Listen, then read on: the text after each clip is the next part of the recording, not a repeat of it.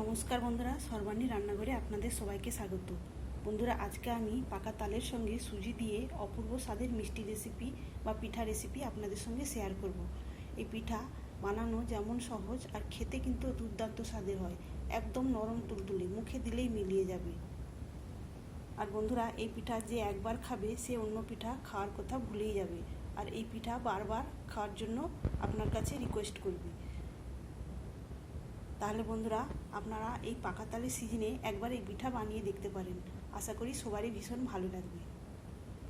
তাহলে চলুন বন্ধুরা, এই পিঠা রেসিপিতে যাওয়া যাক। পিঠা বানানোর জন্য এখানে আমি কড়াইয়ের মধ্যে দিয়ে দিচ্ছি বাটি মেপে 1 বাটি ঘন দুধ। এটা আগে থেকে জাল করা ছিল। এখন আমি ওই দুধের মধ্যে দিয়ে দিচ্ছি 2 চা চামচ কুড়ানো নারকেল। আমি সুজির পরিমাপ অনুযায়ী নারকেলটা দিলাম। আর দেব তালের পাল্প। এই তালের পাল্পটা আমি আগে থেকে ফুটিয়ে নিয়েছিলাম। এই তালের পাল্পের পরিমাণটা হবে, আমি যে বাটি মেপে দুধ নিয়েছিলাম সেই বাটির মাপে হাফ বাটি।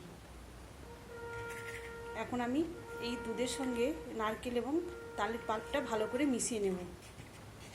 এই তালের পাল্পটা খুব ভালো করে দুধের সঙ্গে মিশিয়ে নিতে হবে।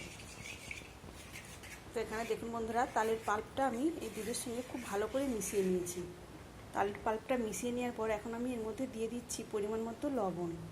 লবণটাকেও ভালো করে মিশিয়ে নিতে হবে। লবণটা ভালো করে মিশিয়ে নেওয়ার পর এখন আমি দেব সুজি। বাটি মেপে আমি দিচ্ছি হাফ বাটি। আমি এই বাটির মাপেই দুধ নিয়েছিলাম। এখন আমি তালের পাল্প এবং দুধের সঙ্গে সুজিটাকে খুব ভালো করে মিশিয়ে নেব। গ্যাসের ফ্লেমটাকে লো টু মিডিয়ামে রেখে এইভাবে অনবরত নাড়াচাড়া করে একটা ডোয়ে পরিণত করতে হবে। হাই ফ্লেমে এই কাজটা করলে হবে না, তাহলে কিন্তু খুব তাড়াতাড়ি এই ডোটা শক্ত হয়ে যাবে।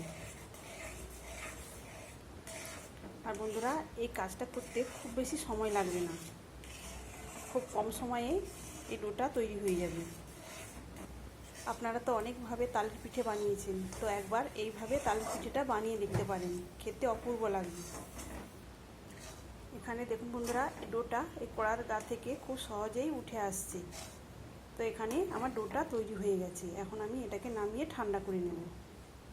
এখানে আমি সুজির ডোটা নামিয়ে নিয়েছি। এখন একটু চালিয়ে দেবো যাতে তাড়াতাড়ি ঠান্ডা হয়ে যায়। তবে একদম ঠান্ডা করা যাবে না, হাত দিয়ে মাখতে পারবো সেরকমভাবে ঠান্ডা করে নিতে হবে। সেই ফাঁকে আমি একটা চিনির সিরা বানিয়ে নেব। তো এখানে আমি 1 বাটি চিনি নিয়েছি। এখন আমি ওই একই বাটির মাপে দিয়ে দিলাম 1 বাটি জল। এখন আমি গ্যাসটাকে জ্বালিয়ে দিয়েছি, আর এইভাবে নেড়ে চেড়ে আমি চিনিটাকে জলের সঙ্গে ভালো করে মিশিয়ে নেব। এখন আমি 2টো এলাচকে মুখ ফাটিয়ে এর মধ্যে দিয়ে দিলাম। যে চিনিটা পুরোপুরি গলে যাওয়ার অপেক্ষায় থাকবো। সম্পূর্ণ চিনিটা জলের সঙ্গে মিশে গেছে। এখন আমি মিনিট 2 মতো এই রসটাকে ফুটিয়ে নেব। তো বন্ধুরা, মিনিট 2 মতো আমি চিনির সিরাটাকে ফুটিয়ে নিয়েছি, আর বেশি ফোটাবো না। এখন আমি এটাকে নামিয়ে ঢেকে রাখবো।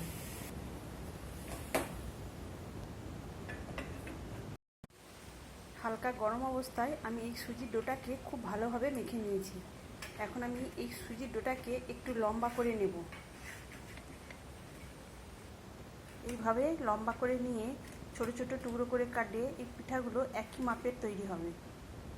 এইভাবে লম্বা করে নেওয়ার পর এখন একটা ছুরির সাহায্যে আমি এইভাবে ছোট টুকরো টুকরো করে কেটে নেব। তো ডোটাকে এইভাবে ছোট টুকরো করে নিয়েছি। এবার এক একটা টুকরোকে আমি তুলে নিয়ে পিঠের আকারে শেপ দেবো। তো এইভাবে একটা টুকরো তুলে নিয়ে আমি হাতের সাহায্যে এইভাবে গোল করে নিলাম। গোল করে এইভাবে চ্যাপটা করে নিয়েছি। আমি এইভাবেই পিঠাগুলো বানাবো। তো আপনারা আপনাদের মনের মতো করে পিঠাগুলো বানিয়ে নিতে পারেন। তো এইভাবে আমি সমস্ত পিঠাগুলো বানিয়ে নেব। আর দেখুন বন্ধুরা, এইভাবে কেটে নেওয়ার ফলে সব পিঠাগুলো ঠিক একই মাপেরই হচ্ছে, আর দেখতেও সুন্দর হচ্ছে। আমি এখানে সমস্ত পিঠাগুলোই তৈরি করে নিয়েছি, তবে এগুলোকে মিষ্টিও বলা যেতে পারে। এখন এগুলোকে তেলে ভেজে নিতে হবে। পিঠাগুলো ভাজার জন্য আমি গ্যাস অন করে কড়ার মধ্যে তেল গরম করতে দিয়েছি। এখানে তেলটাও গরম হয়ে গেছে। এখন আমি এই গরম তেলের মধ্যে এক একটা পিঠা এইভাবে ছেড়ে দেব।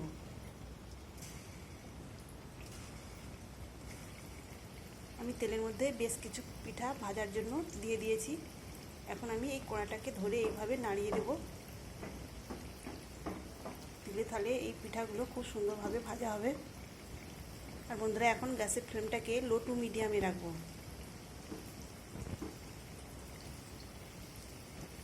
এক পাশটা বেশ কিছুক্ষণ ভাজা হয়ে যাওয়ার পর অন্য পাশটা ভাজার জন্য আমি খুব সাবধানে উল্টে দেব। অন্য পাশটা ভাজার জন্য উল্টে দিয়েছি। এখন আমি দু পাশটা উল্টে পাল্টে একটু লাল লাল করে ভেজে নেব লো টু মিডিয়াম আছে। আর বন্ধুরা এইভাবে পিঠাগুলো ভাজলে খেতে কিন্তু দুর্দান্ত হয়। পিঠাগুলো বন্ধুরা আমি উল্টে পাল্টে একটু লাল লাল করে ভেজে নিয়েছি। এখন আমি এই পিঠাগুলো তেল থেকে ছেঁকে তুলে চিলি শিরার মধ্যে দিয়ে দেব।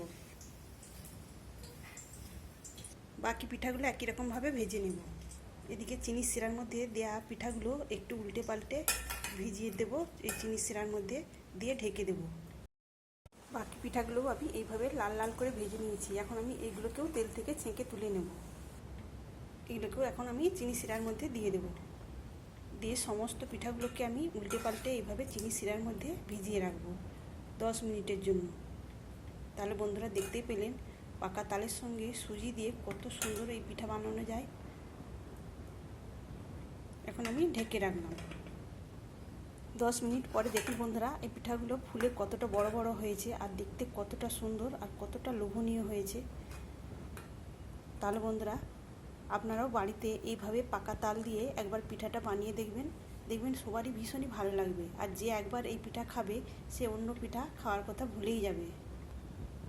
দেখুন বন্ধুরা পিঠাগুলো কতটা নরম হয়েছে আর খেতে কিন্তু একবার অপূর্ব স্বাদের হবে এই পিঠাগুলো। তাহলে বন্ধুরা আজকের পিঠা রেসিপি আপনাদের ভালো লেগে থাকলে অবশ্যই একটা লাইক দেবেন। সেই সঙ্গে নতুন বন্ধুরা আমার চ্যানেলটিকে সাবস্ক্রাইব করে আমার পাশে থাকবেন। আর এই তালের পিঠা বা মিষ্টিগুলো কেমন হয়েছে অবশ্যই কমেন্ট করে জানাবেন। তাহলে বন্ধুরা আজকের মতো আসি। সবাই ভালো থাকবেন, সুস্থ থাকবেন। ধন্যবাদ।